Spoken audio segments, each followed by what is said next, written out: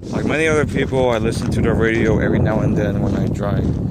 And of course, mainstream radio cranks out all these pop songs and hip-hop songs. And of course, hip-hop is one thing to talk about. It's like a bunch of wailing and auto-tune. The original make one walk in the club, something make me feel like the Young Thug, oh my god, don't get me started. It's like been through a lot of stuff to live here lifestyle. Yeah, I mean, I'm not gonna complain about the state of hip-hop now. I mean, I'm sure many other people have their misgivings about hip-hop and current music. But I'm not here to talk about that today. I'm here to talk about whether the songs nowadays are timeless. And what's timeless is what it means. It'll be remembered maybe 10, 20, 50 years later. It can withstand the test of time. It won't be forgotten so easily. Usually music that's timeless, they either have some kind of deeper cerebral meaning under it, or they were a pioneer in something. It's not like a one-hit. Okay, sometimes it is a one-hit wonder. Sometimes it is a little phase. But honestly, will we really remember like Whip and Nene in like 20 years, 15 years? You know? Or work, and I need a one dance, and like Drake's all like wailing, complaining, and not really having a real distinct melody. I mean, different strokes for different folks, but like, will you really remember it? Like, I'm just gonna talk about my experience, my anecdotes. You know what's a classics, right? Like the Beatles or whatever, or classic rock bands, or Queen, or We Will Rock You, or The Final Countdown. Even like even the 90s or early 2000s, whether it's the boy bands, the girl groups, like Backstreet Boys, Spice Girls, like Tell Me What You Want, What You Really Want, whatever, and the punk rock groups, like it goes through and relates with the angsty teenagers at the time, like of course Linkin Park, and the big influx of like punk rock, emo bands back in the day. Well, the songs are, maybe time will tell. It's barely been 10, 15 years. But yeah, some of those songs, and it's not just for nostalgia, you know? Like you can't remember, oh, things were great back then. No, it has to be either something pioneering or meaningful. Like you don't just like Pokemon for nostalgia. Like Pokemon was, I mean, there has been animes in the United States before, but Pokemon, like the thing about these things, like you can remember when they started small, when they first debuted, and you see how big it got. You know, from like little bad graphics, Game Boy or Game Boy Color games, and bad animation, into like there's freaking Pokemon Go now. Pokemon could be timeless, and that's another thing. Some things are timeless, but then sometimes they just milk it, you know? They just milk every single little available aspect of that artist, of that show, of that franchise. Like Big Bang Theory, I don't even watch it anymore. They're on like 10 seasons. I stopped after maybe 4 or 5 seasons. Like, used to be 4 nerds and 1 chick, and now all the nerds got like girlfriends and got married, and it's like the thing that got you into the show, the original premise of the show, it's not the same anymore. It really changed.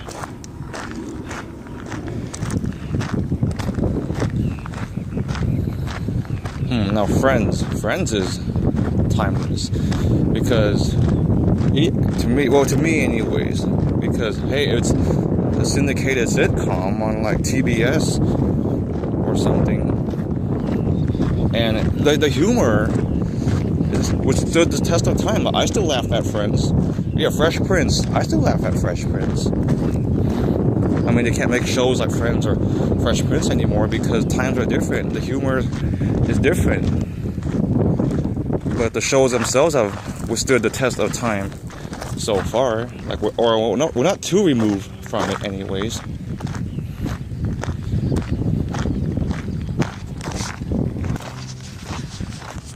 And even EDM, even though some songs and some artists are relatively new, some are considered classics. Some songs are considered classics, or some artists have their trademark songs, whether it's Hardwell Spaceman, Martin Garrix's Animals, Tiesto's, I don't know, Lethal Industry or something, Avicii's Levels.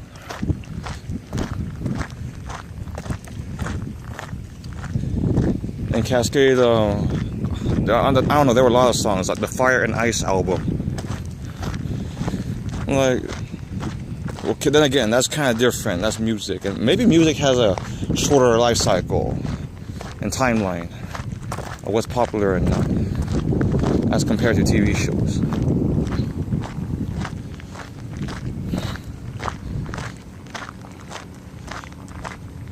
Like, some things you hope will be timeless, like the Avatar series, Avatar Last Airbender and Legend of Korra, because I'm sure there have been anime-influenced American cartoons before, but just the storytelling, the characterization, that kind of storyline, it hasn't really been, there wasn't really anything like it at the time, you know. And for a kid's cartoon, it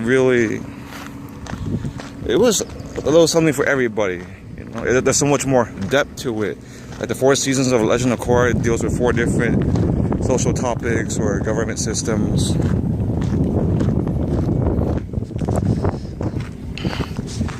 And Boy Meets World. Honestly, I didn't grow up watching Boy Meets World, but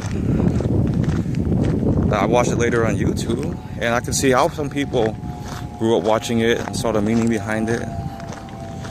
Like a coming-of-age story of a little boy from, was it middle school or, I don't think elementary school. Yeah, middle school, high school, college, but then he's lucky to have his girlfriend, best friend, and teacher following him through all those years.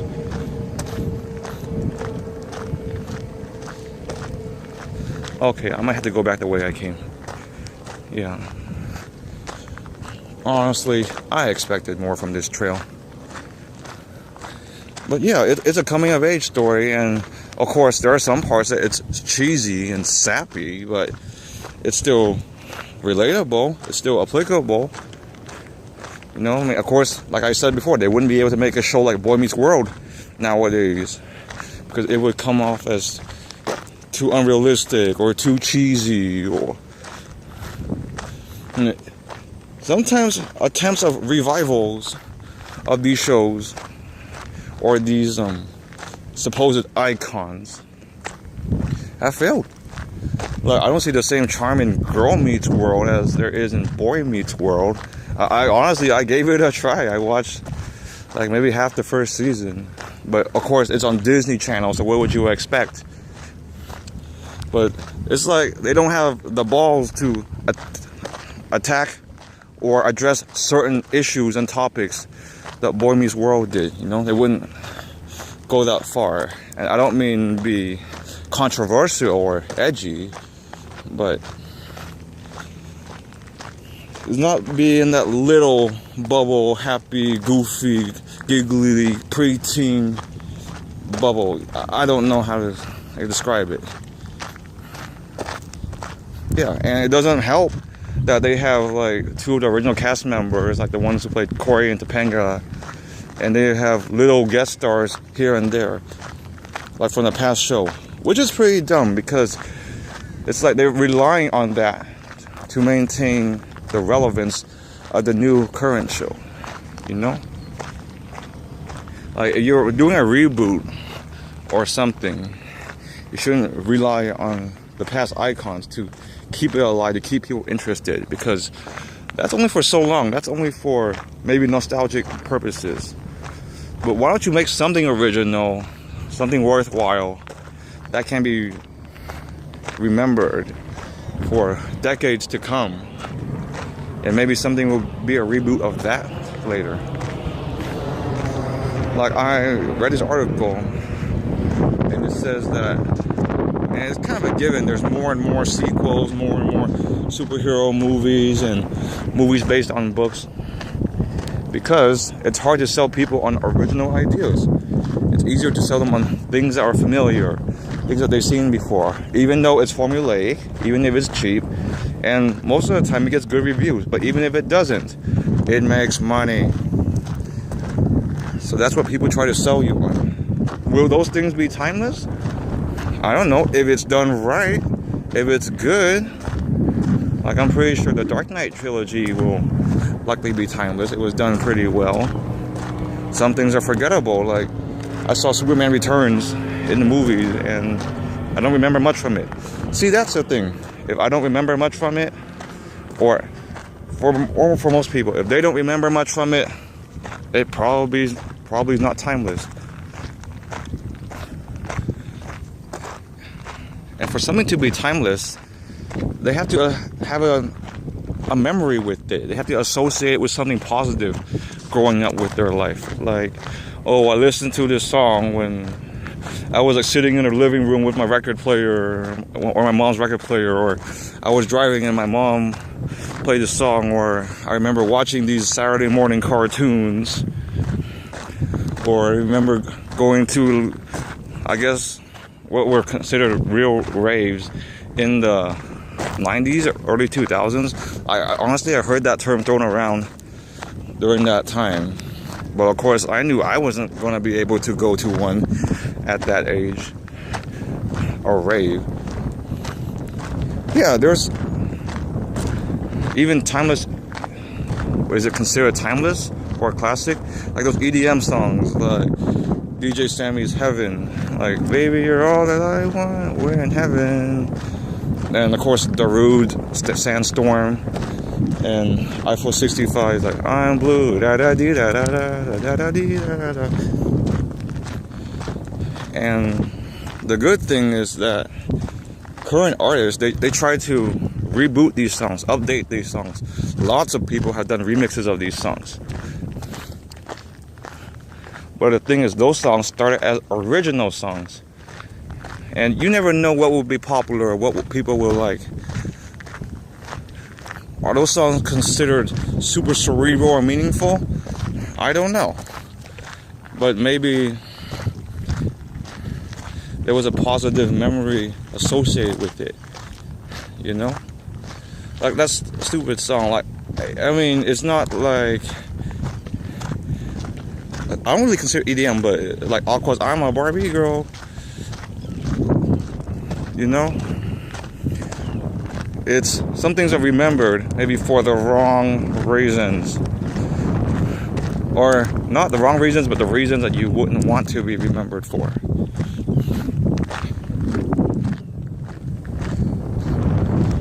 Look, and I'm pretty sure, I'm not pretty sure, but I doubt that teenagers or preteens or kids nowadays, they would willingly look up these songs, like whether it's from the 2000s, early 2000s, 90s, maybe even 80s or 70s, because people want what's new, they want what's now. They would assume the newest, I don't know, Fifth Harmony and One Direction and